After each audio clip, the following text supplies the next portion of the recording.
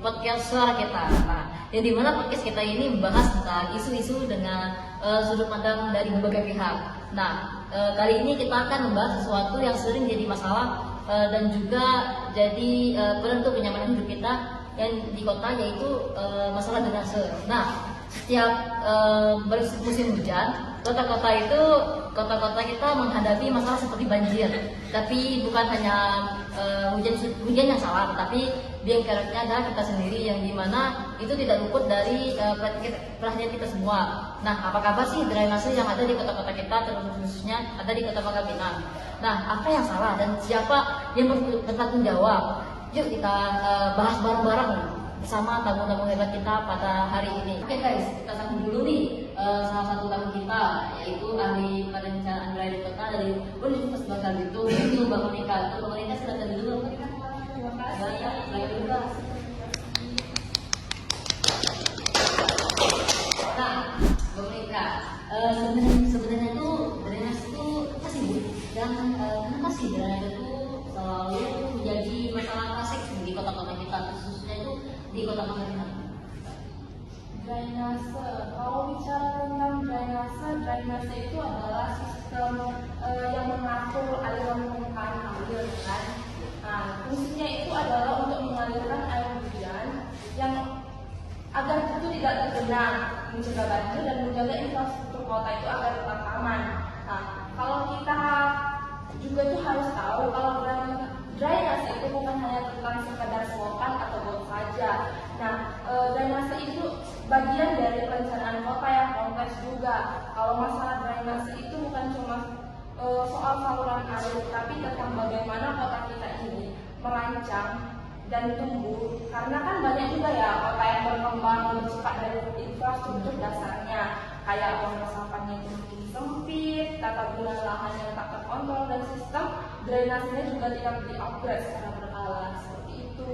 Oke, Mbak. Nah, jadi drainase ini kan biasanya itu di area kawasan spesial. Nah, bukan berarti bukan urusan perencanaan kota loh. Tapi kenapa sih ahli PWK itu juga harus peduli soal ini? Sebenarnya sih pemahaman kayak gini tuh secara umum itu salah ya kalau misalnya kita lihat dari kacamata PWK, karena kan drainase ini bukan cuma soal saluran sama kayak tadi, tapi itu bagaimana kota kita ini menyerap, mengalirkan dan mengelola air secara spasial. Karena kita di PWK ini melihat drainase sebagai sistem tata ruang yang kompleks, kayak dari penentuan zonasi, ruang terbuka hijau, sampai jenis permukaan tanah yang boleh dibangun itu gimana sih.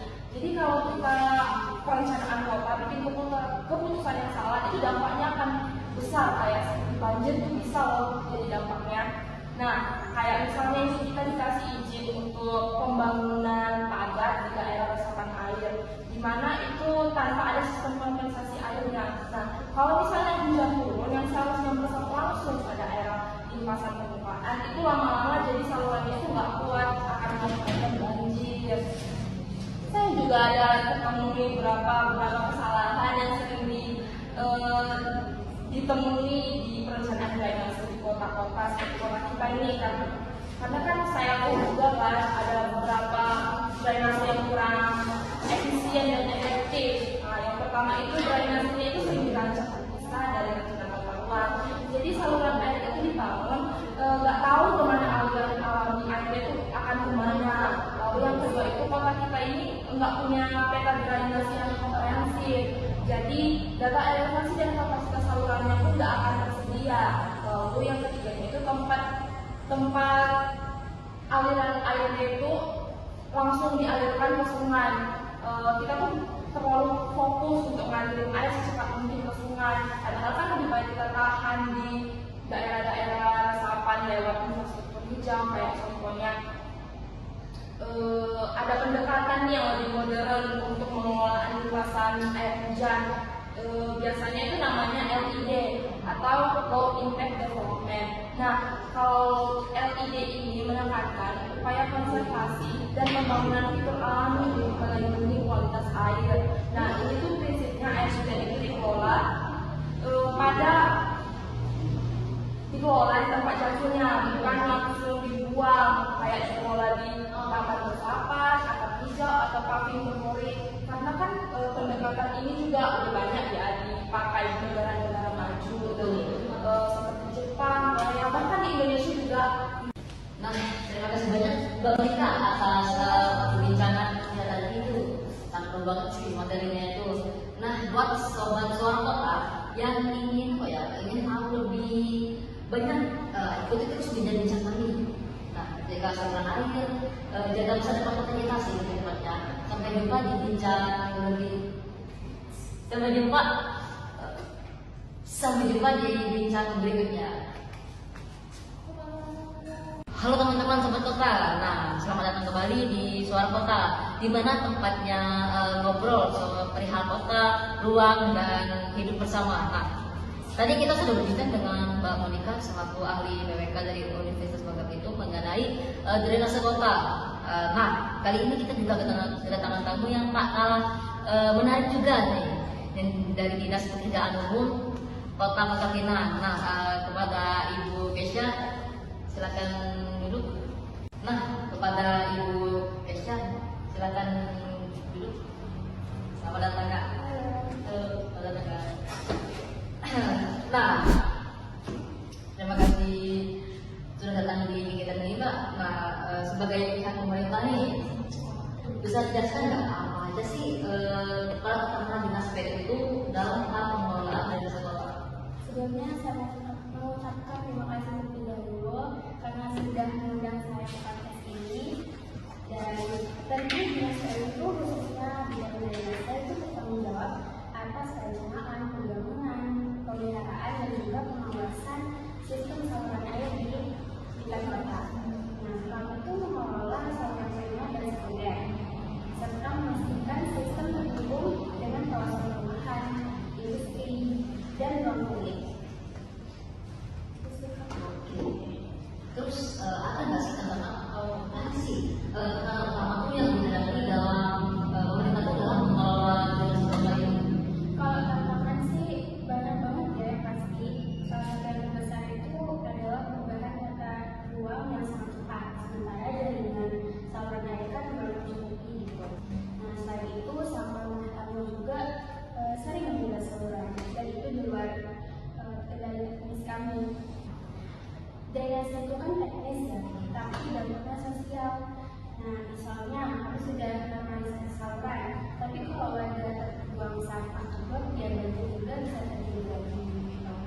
Oke, lalu ada nggak sih langkah inovatif apa sih langkah inovatif yang sedang dilakukan oleh pemerintah kota saat ini? Kami tuh sedang mengembangkan sistem informasi drainase digital gitu. Itu kayak semacam peta online yang menunjukkan posisi dan kondisi saluran. Ini penting untuk audit teknis dan deteksi risiko banjir. Kami juga menggandeng pengembang lewat kebijakan yaitu kota tambah air. Nah, di mana mereka itu banyak membangun kolam retensi dan sumur resapan sebelum proyek disetujui. Wih, keren banget ya ini dari pemerintah tadi. Jadi pengembang juga dilibatkan dari awal ya? Ya harus dong, karena pemerintah kan tidak bisa bekerja sendiri. Nah, harus ada kolaborasi antara publik, swasta, dan masyarakat. Karena itu saya melihat pesan penting nih untuk masyarakat terkait peran mereka dalam sistem drainase kota. Nah, sangat sederhana sih, tapi penting, yaitu jangan buang sampah sembarangan. Juga tempatkan bila ada saluran tersumbat dan yang memungkinkan buatlah sumur resapan sendiri. Kecil sih kontribusinya, tapi kalau dilakukan serentak, ya dampaknya juga besar. Nah, terima kasih banyak Kesha atas penjelasannya yang mudah sekali dibicarakan. Nah, buat sobat kota, ingat ya, masalah saluran air ini bukan cuma masalah urusan teknis ya, tapi itu juga tanggung jawab kita bersama. Nah, sampai jumpa di bincang sobat kota selanjutnya. Dadah. Halo Sobat Kota, selamat datang di Suara Kota, tempat kita ngobrolin kota dan ruang dan hidup bersama. Masih dengan topik infrastruktur drainase. Bagaimana sektor swasta bisa ikut berperan dalam pengelolaan drainase kota? Bersama ini kita hadirkan adalah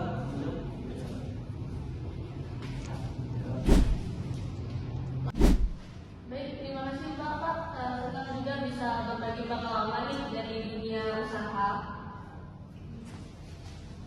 Bu Najwa, masyarakat sering menganggap perusahaan drainase itu tanggung jawab pemerintah, tapi ternyata sektor swasta, terutama pengembang juga berperan penting. Bisa dijelaskan bagaimana peran perusahaan Ibu dalam kesini? Betul sekali Pak, yang benar. Sebagai kami sebagai pengembangan, kami berkewajiban untuk memastikan itu drainase yaitu kawasan bangunan memberi sistem drainase kota. Yang artinya kami itu harus membangun sistem drainase internal yang baik Pak. Membuat pola drainase sumber resapan, menggunakan material yang ramah air Pak. Seperti blok poli, ini bagian tanggung jawab sosial dan supervisi terhadap siklus air Pak. Bukan cuma soal estetika atau fungsi bangunan, kalau boleh juga nih Pak. Banyak pengembangan yang bisa dianggap penyebab itu adalah banjir.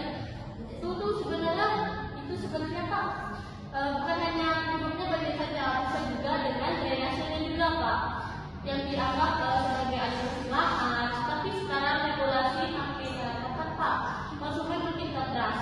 Jadi kalau pengembangan abai terhadap aspek drainase ini Pak, reputasi dia itu bertambah ada beberapa perizinan itu yang sulit Pak, yang juga perizinan itu bisa lambat itu Pak. Tapi kami percaya Pak, kalau sejak awal disiapkan dengan baik, justru biaya perbaikan di masa depan itu bisa lebih tertata dan bisa ditekankan lagi, bisa Pak. Gitu, Pak. Apakah ada pesan Ibu bagi perusahaan lain yang masih ragu untuk ikut terlibat dalam isu drainase dan lingkungan? Sebenarnya pesan dari saya Pak, sederhana aja ya Pak. Jangan hanya fokus pada pembangunan saja Pak, pembangunan saja. Tapi kita juga harus pikirkan Pak, juga izin sosial dan lingkungan itu juga harus ada Pak. Drainase bukan hanya sekedar teknisnya saja Pak, tapi bagian dari reputasi perusahaan di mata publik, di mata masyarakat, dan kedepannya itu hanya perusahaan yang peduli. Ada beberapa perusahaan yang tidak peduli terhadap lingkungan yang akan dipahami. Terima kasih banyak Bu Najwa, obrolan yang sangat membuka mata dan semoga bisa jadi inspirasi bagi perusahaan-perusahaan lain. Buat sobat kota, mari kita dukung pembangunan yang tidak hanya cepat, tapi juga cerdas dan berkelanjutan. Sampai jumpa di Suara Kota selanjutnya. Masih dengan topik infrastruktur drainase. Bagaimana sektor swasta bisa ikut berperan dalam mengelola drainase kota? Kali ini kita hadirkan Bu Melca.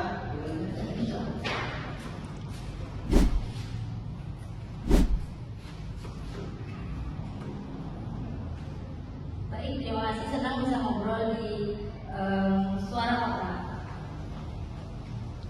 Bu, biasanya urusan drainase dianggap tanggung jawab pemerintah, tapi di lingkungan Bapak, masyarakat justru aktif terlibat ceritanya.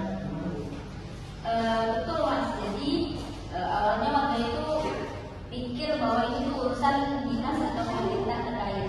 Tapi setelah terjadinya banjir kecil yang sering terjadi di sekitar, kami mulai sadar kalau bukan kita yang mulai, siapa lagi. Jadi sejak beberapa tahun yang lalu, kami mulai rutin kerja bakti, membersihkan saluran, membuat lubang biopori di rumah warga, dan berdiskusi bareng pemerintah atau dinas terkait kalau ada saluran yang rusak. Semua itu untuk proses pastinya. Kita mulai dari edukasi ringan, kayak membuat poster, lalu bersosialisasi di pengajian-pengajian, sampai menyebarkan poster-poster di WhatsApp RT. Lama-lama warga paham bahwa menjaga saluran itu bukan masalah dinas atau pemerintah terkait saja, namun menjadi kewajiban kita bersama. Tapi saya yakin tidak semua langsung semangat ya Bu. Ya. Apa saja tantangan yang ada?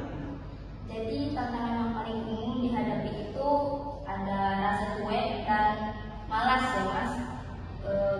Banyak masyarakat yang mikir ngapain sih bersihin got, toh nanti juga kotor lagi. Itu tuh yang sering kita dengar. Belum lagi kalau ada warga yang masih buang sampah ke selokan. Tapi tapi kita tanggapi bukan dengan marah-marah, tapi dengan memberikan contoh atau apresiasi gitu. Jadi itu akan membangun rasa memiliki terhadap lingkungan sekitar. Jadi apakah RW sudah bekerja sama dengan pemerintah atau pihak swasta? Iya, kami sering berkoordinasi dengan kelurahan dan dinas PU. Misalnya kalau ada saluran yang tersumbat atau mampat, itu kami lapor dan akan didampingi saat perbaikan. Bahkan kami pernah kerjasama dengan CSR atau perusahaan sekitar buat bantu membuat biopori dan paving ramah air.